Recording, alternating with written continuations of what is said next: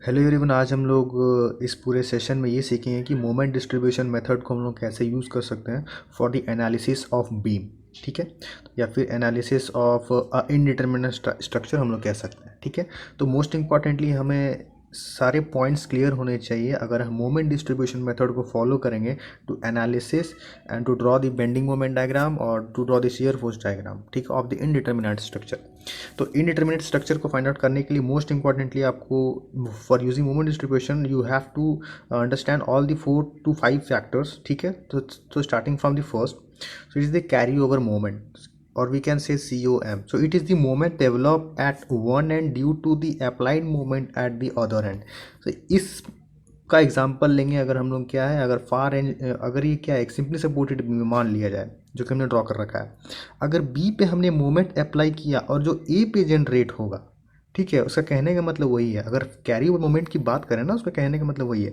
अगर बी पे मोमेंट लगाया और ए पे कितना वैल्यू होगा उसी को हम लोग कैरी ओवर मोमेंट बोलेंगे। ठीक है, मतलब बी पे लगाया और ए पे कितना आ रहा है, it is the moment developed at one end due to the applied moment at other end. अगर हम दूसरे एंड पे, इस एंड पे अगर हम मोमेंट अप्लाई करें तो इस एंड पे कितना मोमेंट डेवलप होगा उसी को हम लोग क्या बोलेंगे, कैरी ओवर मोमेंट।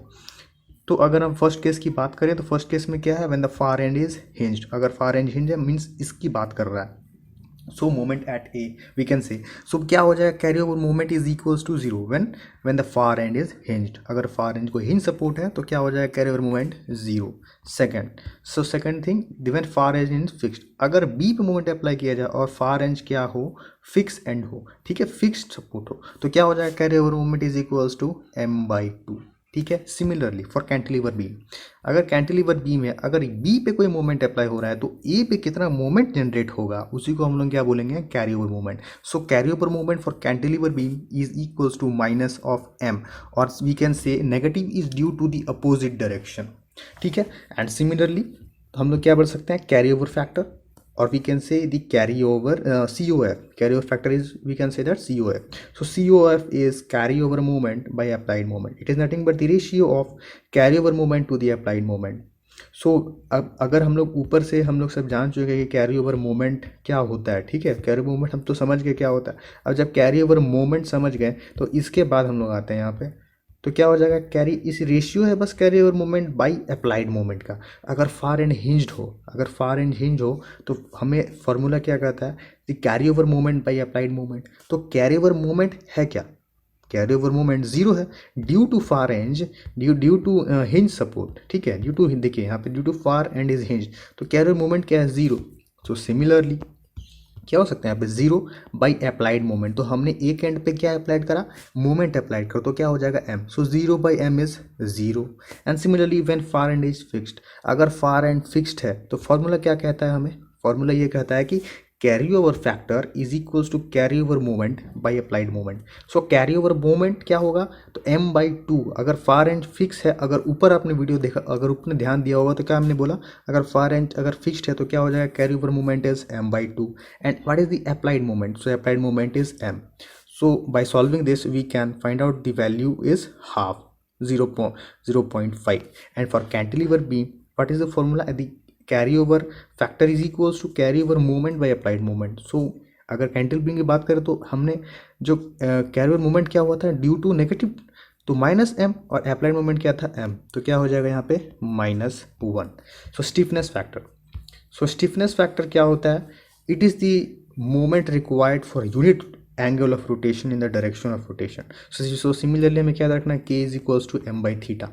ठीक है, के इज इक्वल्स टू m/थीटा वेयर के इज द स्टिफनेस फैक्टर। ठीक है, के इज द स्टिफनेस फैक्टर। तो अगर यहाँ पे 3 कंडीशन में हमने बना रखा है, तो first case is when the far end is hinged. अगर फार एंड हिंज्ड है तो स्टिफनेस फैक्टर की क्या हो जाएगा, 3EI/L।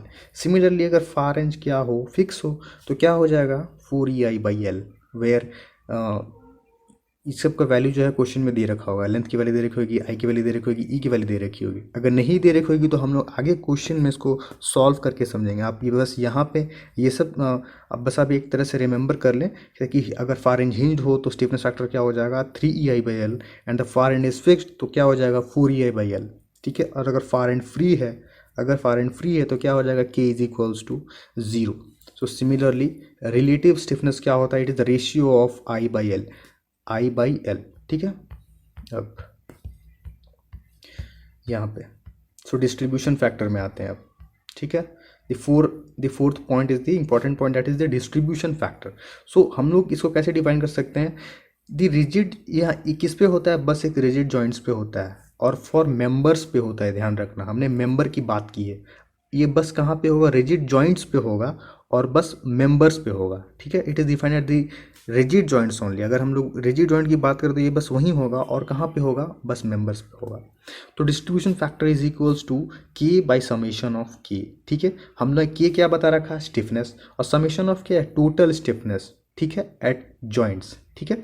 तो अगर आप इसको सॉल्व करेंगे, हम आगे सॉल्व करेंगे, ठीक है, तो आपको ये मोस्ट इंपॉर्टेंटली 4 पॉइंट्स आपको जो है याद होने चाहिए और समझ आनी चाहिए, ठीक है। अगर उसके बाद हम मोस्ट इंपॉर्टेंटली पॉइंट क्या, अगर सम ऑफ डिस्ट्रीब्यूशन फैक्टर्स की हम अगर बात करें, the sum of distribution factors of the members meeting at the rigid joints, कोई एक रिजिड जॉइंट है मान लिया जाए, अगर कोई रिजिड जॉइंट है, ठीक है, मान लेते हैं कोई रिजिड जॉइंट है, तो वहाँ पे क्या हो जाएगा, जैसे ये रिजिड जॉइंट है, ठीक है, कोई रिजिड जॉइंट है मान लेते हैं, तो यहाँ पे क्या हो जाएगा ना, इस पॉइंट पे अगर हम लोग नेम दें तो क्या हो जाएगा, मान लीजिए ए बी सी, ठीक है, ए बी सी।